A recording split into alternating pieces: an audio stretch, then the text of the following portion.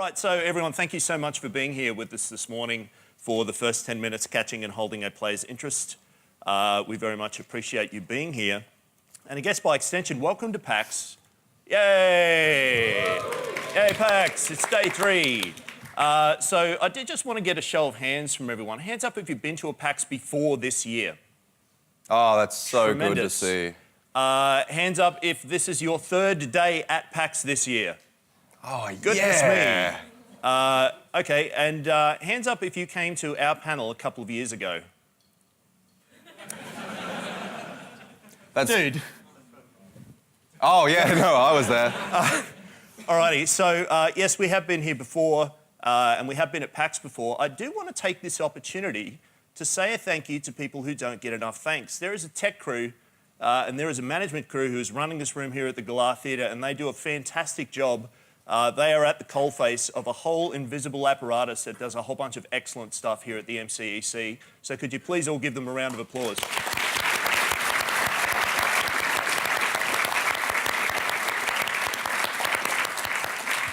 So something that you might notice about the way that we talk about things is we like to look behind the layers that are at the front, that are right in front of our noses. And I'm going to extend this beyond PAX as well. Because PAX is actually part of something called Melbourne International Games Week. Could you please put your hands up if you had never heard of Melbourne International Games Week until I just said it? All right, cool. So Melbourne International Games Week is a really huge deal when it comes to the Australian game development industry. And Aaron and myself have been down here all week as part of Games Week, and PAX is kind of the culmination of that. But there are a whole bunch of other things that are happening here in Melbourne. There's the Unite Conference. There's the Game Connect Asia Pacific Conference. There's the Australian Game Developer Awards night. There's the Arcade Melbourne Open Day. There's Free Play's Parallels Festival. Oh, yes. And we have been to all of them. Yes, we have. And we've been talking a lot. So as I was saying earlier, if we're a little bit croaky, there's a good reason for it. That's my excuse, and I'm sticking to it. Yes. So who the fuck are we? That's an excellent question. I'm glad I asked it. My name is Tony Parmenter. That's me up on the screen there. I think we're sitting in the correct positions for the slides. Planned, just like rehearsal. Yep, no, that's it. That was totally planned. So that's my Twitter handle. I also do a bunch of other things. I've been in the game development industry since 2001. Where amongst other things, I was the lead artist on Star Wars: The Force Unleashed 1, which was the PS2, PSP, and Wii versions of the game. I also teach game development up in Brisbane. And I do a bunch of podcasts and a bunch of YouTube stuff and other things. Hey, Aaron. Hey there. What about you? Oh, cool. As Tony mentioned, my name is Aaron. I have not been in the games development industry since 2001 because I'm not an old man. I've been in the games industry since 2011, and I'm a writer. I do funky things with words. So that's my Twitter handle there. You can go and find me if you want. I do essays on narrative design in video games for pushing buttons. There's some details there for that. So we have a colleague who unfortunately couldn't be here in Melbourne with us today called Steve Halliwell. And we do just want to give a big shout out to Steve. We love you, we miss you. This is the first thing that we've done as the first 10 minutes where all 3 of us haven't been here. So, so that he can yell at us when we play this recording back, can you please give a big round of applause for Steve? Yay, Steve! I want to give him the biggest hug when we get back. I miss him like mad. What I really like here is Steve is very literal, because if you look at his website, it's stevehalliwell.com, but also you can go to codewithmeifyouwanttolive.com. I'm not even kidding. You can check that for yourselves. Yeah, no shit. Anyway, Aaron, you were going to talk about your games. Oh, yeah, that's right. Yeah, cool. This year specifically was pretty special for me because for the first time publicly, I presented a game that I worked on with a collaborator of mine, Ruby Simpson. So I presented this game called A Moment Between Us at Free Play Festival on Thursday evening. Was anyone here at Free Play on Thursday evening? Cool. Hey, Nick. Well, let me tell you about it real quick. That's good. That means that I actually have a reason to go through this preamble. So that's Ruby that you can see on the left there. And just very, very quickly, A Moment Between Us, and I've got a script.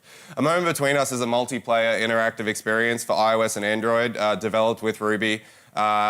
We've authored short stories about significant emotional events between two people. It's about emotional literacy and difficult conversations for people who share strong emotional connections. You experience these moments exclusively from the perspective of your chosen character by listening to their internal thought process, the dialogue between the two of you, and with literal physical interactions like a light hand squeeze or a rad as fuck high five. So in essence, Ruby and I are trying to improve the diplomacy of interpersonal relationships in a way that is mutually beneficial to both parties. And the reason that last line sounds so smart is because Dr. Jennifer Hazel wrote it. So go check out the checkpoint booth here at PAX if you haven't already. It's one of the most important things here this year. Everything's important, but it's specifically about boosting mental health awareness and the power of video games to assist in improving mental health overall. So please go there, check it out, buy stuff, show them your support. Yes. And also check out my game too if you want. Speaking of plugging things. Yeah, Tony. I also do a podcast called Downloadable Context, which you can find on iTunes or at downloadablecontext.com. Yes, I'm doing a huge plug for this. This is a passion project of mine. I do one-on-one interviews with professional Australian and New Zealand now as well, video game developers, talking about what they do, how they do what they do, why they do it. I've talked to many, many, many fantastic people while I've been down here this year. I think I've done 10 of them so far. Yeah. I've got another 2 to go, and they're released once a month. So if you're curious about why and how game devs do what they do, please check that out. Indeed. It's pretty good. I've listened to it. But welcome to our panel. That's thank you so much for coming along, as we said earlier. Aaron, do you want to talk a little bit about the first 10 minutes, what we do and why we do it? Yeah, of course. So the first 10 minutes is a video games podcast in which we play the first 10 minutes of a video game, and then we sit down to critically analyze what that video game is achieving, both in terms of what the game is about and how to play the game.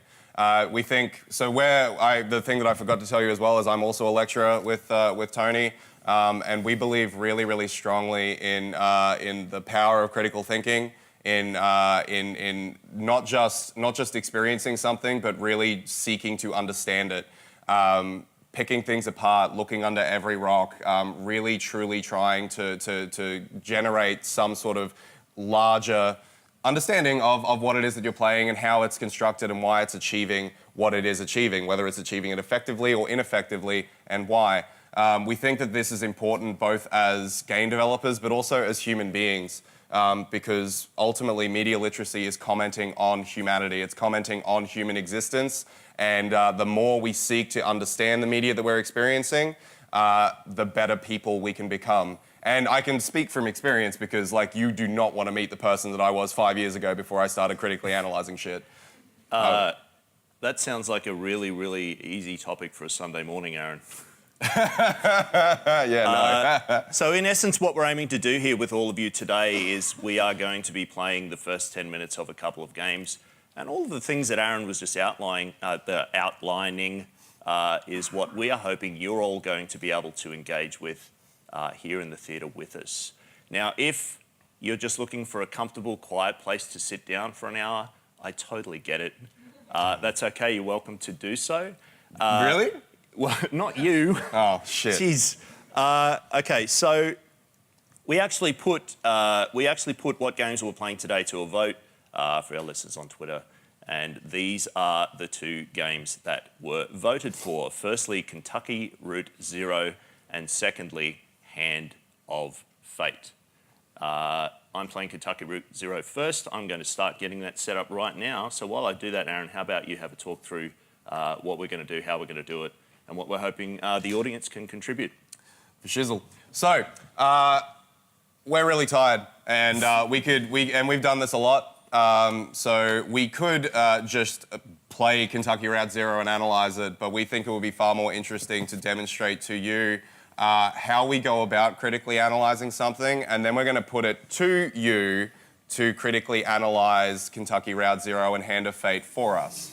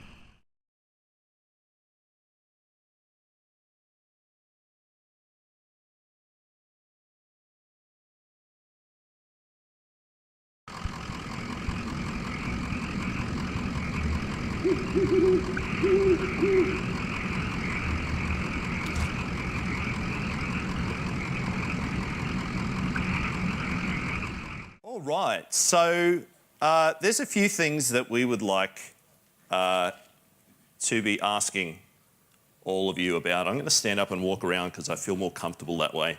Can I get a show of hands if there was anything that I chose during the course of that game that you would have done something different for? All right, so I'm going to dig right in to choices in just a moment. But firstly, I want somebody, anybody, or preferably all of you, to shout out, how did that game make you feel? Curious, Intrigued, desolate, bleak, dreary, curious, useful. Did somebody say very unsettled? Very unsettled. I'm curious about that. Are we able to get a roaming mic somewhere around here? Are you happy to speak a little bit more to very unsettled? Well, because there's a little bit of mystery there, a little bit of like the sense that there's something more to it, that there's something not quite right. Yeah. Like, I don't know, something like Welcome to Night Vale, where it's their normal, but their normal isn't our normal. Right. And that felt a little bit wrong. Yeah. So that's a very good reference, and I think the thing about Welcome to Night Vale is that it's constantly playing with your expectations, right? And it's constantly where you feel like, oh, I know where this is going, then it's like, nope, right turn. Yeah. So was there anyone else, again, a show of hands, if things felt a little bit skewed, a little bit off, a little bit weird? Yep. I'm assuming most people. Everyone's like, nah, it seems pretty ordinary to me. Can I, Tony, say of course. So the way that I would describe this game, and I really like the phrase that I came up with, which is why I want to say it. I describe this game as melancholically absurd. Yeah, I'll let you ruminate on that. Take it away. Sure. Unless you want more coffee. So I got to name the dog, and I named the dog the correct name, which is Blue. For Blue's Clues. Yeah, exactly. Could I see a show of hands? How many of you would also have chosen Blue as the name of the dog? And how many of you would have chosen Homer as the name of the dog? And how many of you wouldn't have given the dog a name at all? Okay. Wow. Interesting. We're kind of split down the middle between Blue and no name. Blue and no name. Yeah. Very curious. So I would like to hear, please, from somebody who would also have named the dog Blue as to why you would have made that choice. Anyone? Just feel free to shout out. It felt right. It felt right. What else? What are some other thoughts from people? The other name. Sorry? I hate the other name. The other name, okay. Not a fan of The Simpsons or The Odyssey? Somebody here had their hand up as well just before? Say it feels more affectionate, sort of reaching for some kind of connection at that point. Okay. Could we get a microphone over here to this gentleman, please? Thank you so much. Yeah. Before and after step count. See, this is the excellent tech crew in action right here, folks. Thanks for the mic. Yeah, hi. So I was just saying that the Blue choice to me feels more affectionate for the dog, and at that point you're trying to make a connection. You know, you're starting to feel that there are ghosts here, or you're a ghost, or you know, Right. and so you know that kind of emotional connection is what you're trying to build. You know, I guess. Right. I love the description of the dog. An old dog in a straw hat. Both have seen better days. I'm getting goosebumps just thinking about it again. It's very evocative language. My choice is the reason why I picked Blue is that I really like naming animals unusual names. So, for example, I have or had a dog called Taco, and I have a cat called Pixel.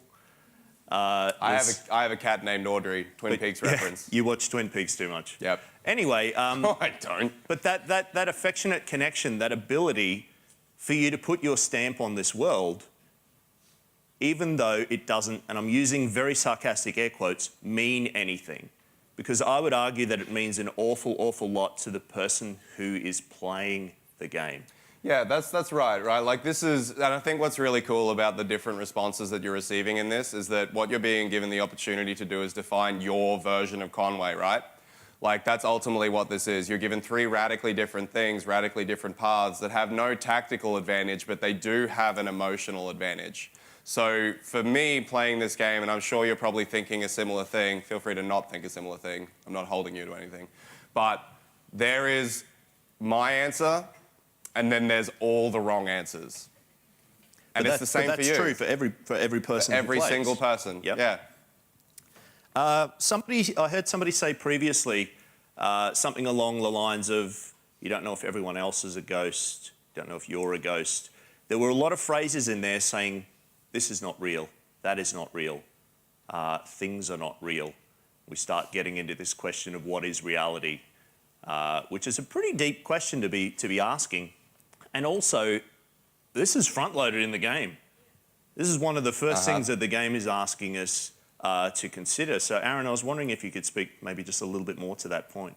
Oh, totally. Like, I mean, I think the major thing about this game is the way, because like something like that, like throwing you into a world that's so absurd and mystical and difficult to comprehend is can be really alienating for an audience. But no one in the room felt alienated, right? You felt at peace with this, yeah? You felt calm. And I think that's a similar, another piece of media that I could use to compare this to is Mad Max Fury Road, where you don't get anyone sitting you down and be like, all right, so let me tell you about what's happened over the last 25 years. Let me give you a big, massive lore dump so that you know everything, how this world works, et cetera, et cetera. No. Characters behave. Every character in the film and every character in this game are totally assured of their existence in this universe and of what they're doing. And so even though you don't understand it, that's okay. You don't need to get it. You just need to feel it. Just need to feel it. And so you're calm, Yep. and everything is okay, but you don't understand what's happening, and you're not allowed to, and that's okay, because there is this beautiful peace inside of that horrifying chaos. Just as one last question for all of you before we roll on to the next game. There was something that was very, very heavily implied about the old man sitting at the power station, but was never overtly said. Does anyone want to hazard a guess as to what that was? He's blind? Yeah. Yep. Hands up if you were thinking, oh, this gentleman is blind. Hands up if you're like, oh shit, you're right, he was blind. Yep. So it is there, but it's not overtly stated. You don't walk up to somebody, you know, sometimes you walk up to people in a game, the characters have never met before, and the first thing they say is, hi, I'm blind. Like, that was an overshare, but thank you. So being able to imply these things in a poetic fashion, allowing you to slowly sort of absorb this information through the lens of the tone of this game and the feeling of it. And what was the phrase that you used to describe it earlier, Aaron? Melancholically absurd. Melancholically absurd. I really like that. So we're going to roll on to the next game first. Before we do, yep. very, very quickly, one last thing. What you decide to do with the D20 is super duper important as well for defining who you are, whether you leave it, whether you take it. The second thing that I want to leave you with is if you appreciate this game's aesthetic or attitude at all, the very next thing you need to do is head out onto the show floor and check out Mike Blackney's Dead Static Drive if you haven't already. Yep. It is gorgeous, it is beautiful, it is absolutely evocative of exactly what you just experienced. So please go check it out. Please go check it out. Could I just get a quick show of hands? Who has played Kentucky Route Zero before? Who wants to play it now? High five, dude. Rock on. Yeah. All right, round of applause for Kentucky Route Zero.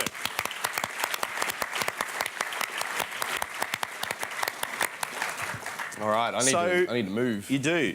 So the next game that we're going to play is Hand of Fate, as was voted by our listeners on Twitter, but we kind of lied to you. Because thanks to the very, very kind generosity of Defiant Development, who are an Australian company, and we have the good fortune to know from our people hometown who work there. Yes, from Brisbane. Hands up if anyone in the room worked on Hand of Fate 2. Hey! Hey! Big round of applause, yeah. So, Defiant have very kindly allowed us to get a build of Hand of Fate 2, which we're certainly hoping works. And if you do want to check this game out as well, it is down on the show floor today. You should absolutely go down there. We would encourage all of you to walk around all of the indie booth on the show floor because you will get to talk directly to the people who make these games. And there are so many people in this country who are making games. Please take advantage of being able to talk to them here at PAX and show them your support. Trust us, it means an awful lot. Yes. All What right. he said. Should help me out here, mate. I will. It's all about technology.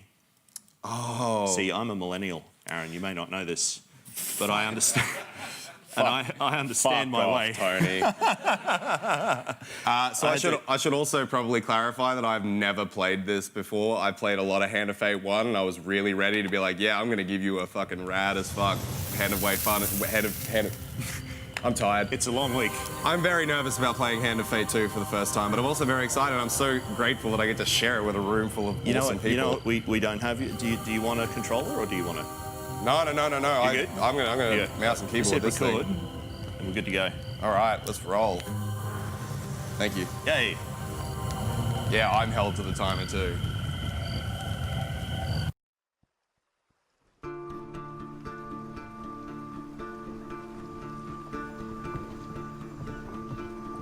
Your memories are fading even now.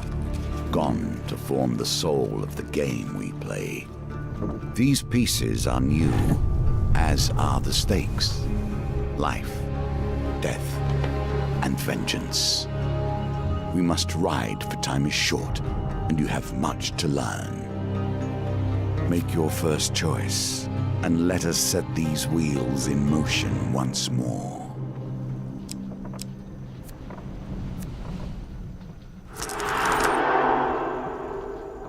These cards represent your history and our game. We know where they end, for you are here.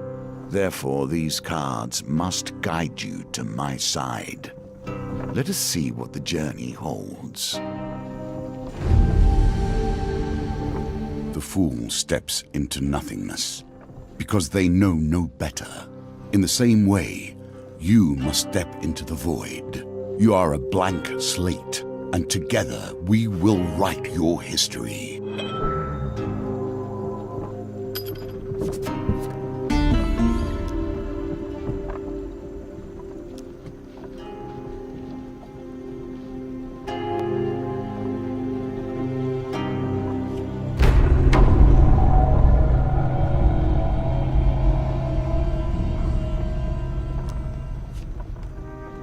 Every element of the game has been improved, even those that seem at first glance familiar. Do not worry, you will soon understand the nuances.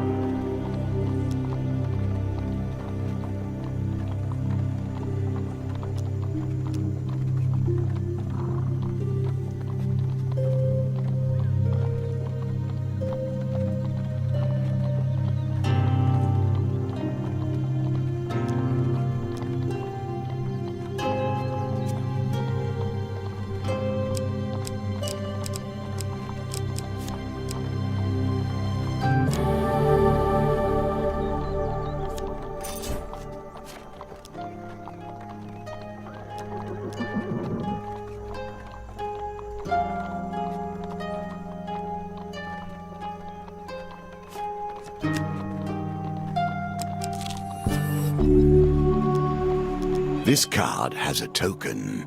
Can you find it?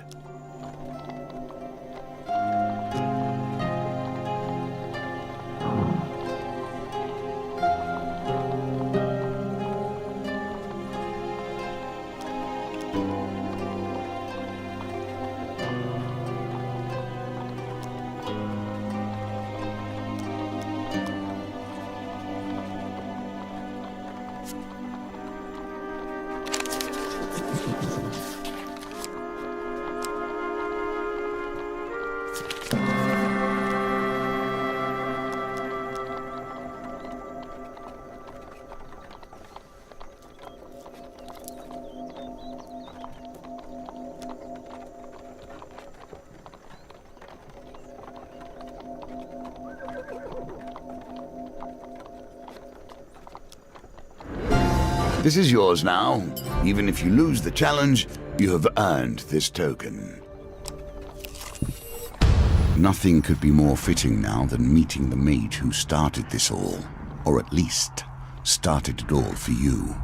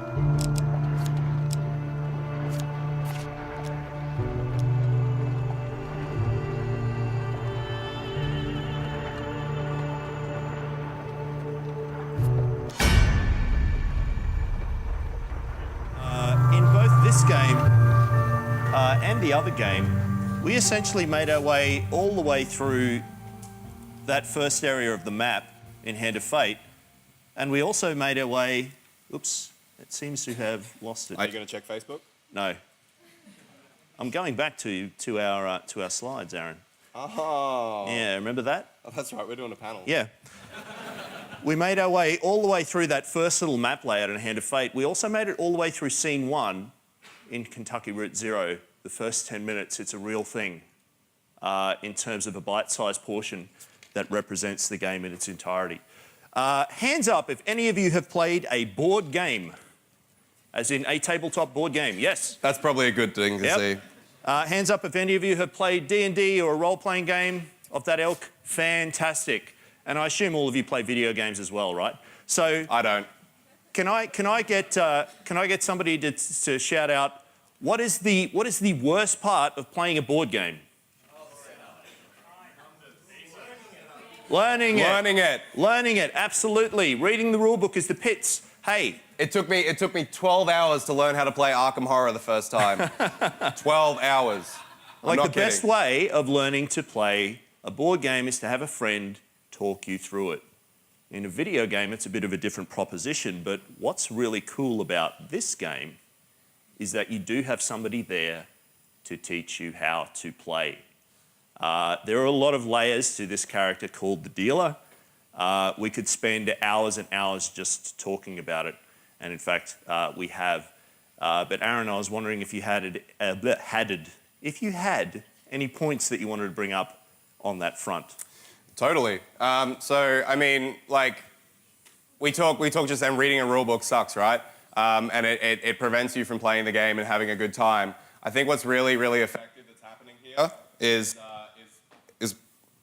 am I cutting in and out? You are. So I think the thing that's really important here is that you're not receiving everything up front. You're receiving it as you need it, right? So the dealer, this game could function without the dealer mechanically, but the game doesn't work without it, right? Can I interrupt for a second? Could I get everyone to maybe shout out your feelings on what role do you think the dealer has? What's the dealer's relationship to the person playing the game? Sorry? The tutorial done right? Yes. I agree, but the dealer's also there for beyond sort of this tutorial section. What are some other thoughts on maybe a in-world or emotional relationship? Yes? Active narrator. What else? What? Frenemy. And what did you say? Sets the mood. I really like a frenemy that sets the mood. Could we perhaps get a microphone to... let's go... Sorry? What? Uh-oh. Oh, okay. Okay, I'm happy to just repeat what people were saying. So setting the mood, could you extend a little bit more on what sort of mood is it setting? Well, it's pretty. There's a sense of drama and there's a sense of epicness. Yeah, sense of drama, sense of being epic. Foreboding as well. Foreboding, yeah, absolutely. The dealer is the DM, yep. He's the DM, and the DM can be as antagonistic as he can be amicable, right? And I do just want to give a shout out. How fucking good is that voice acting?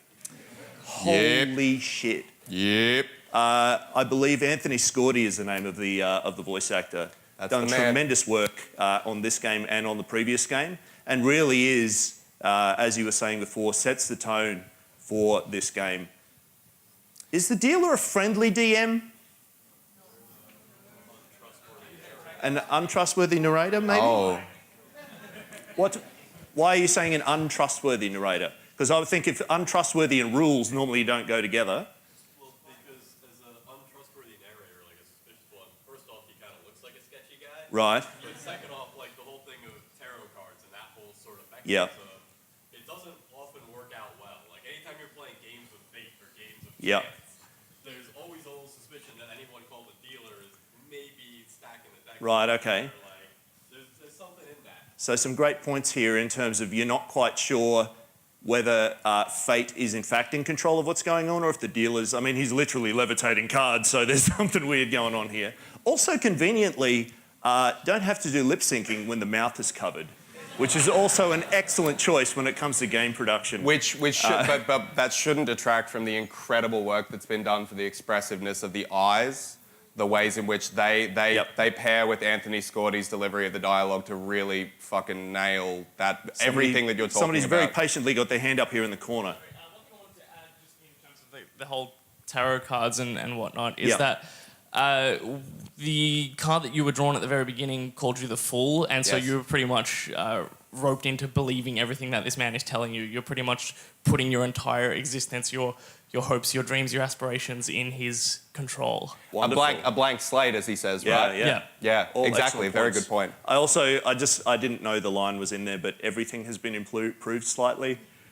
Is such a good fourth wall line. Well done. It's really good, right? Because it functions as explaining mechanics to you, but then also being like sneaky game dev speak. Yep. And one more person here with their hand up. How are we doing for time? We got 5 minutes. Are we 5 minutes? Yeah, you had your hand up here, sir. Really quickly, he actually did say that my job is to get you to his side. So basically, he's basically saying that I'll basically control it for you and I'll put you wherever I want you to be. Right. So here's a question for everyone to think about. What would the dealer be doing if we weren't here? Oh. I get to hear from you all the time. I want to hear from them. Yes? Doing this to somebody else.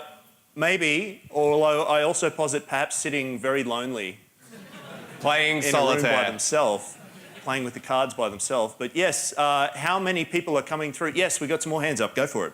So I feel that the dealer's more of a, like he sells the environment because you're.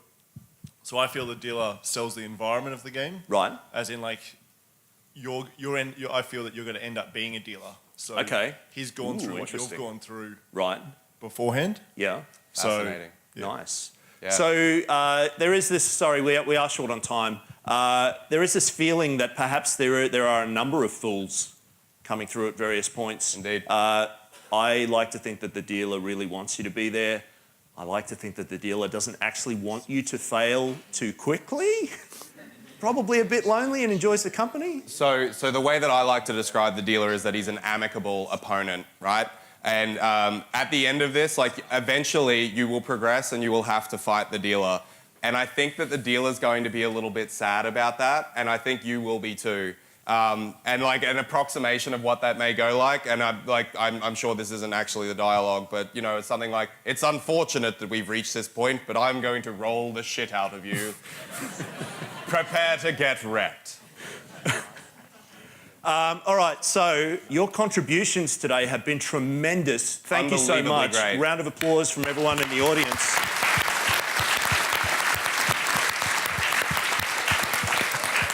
Just a quick show of hands. Hands up if you have played Hand of Fate or Hand of Fate 2 before.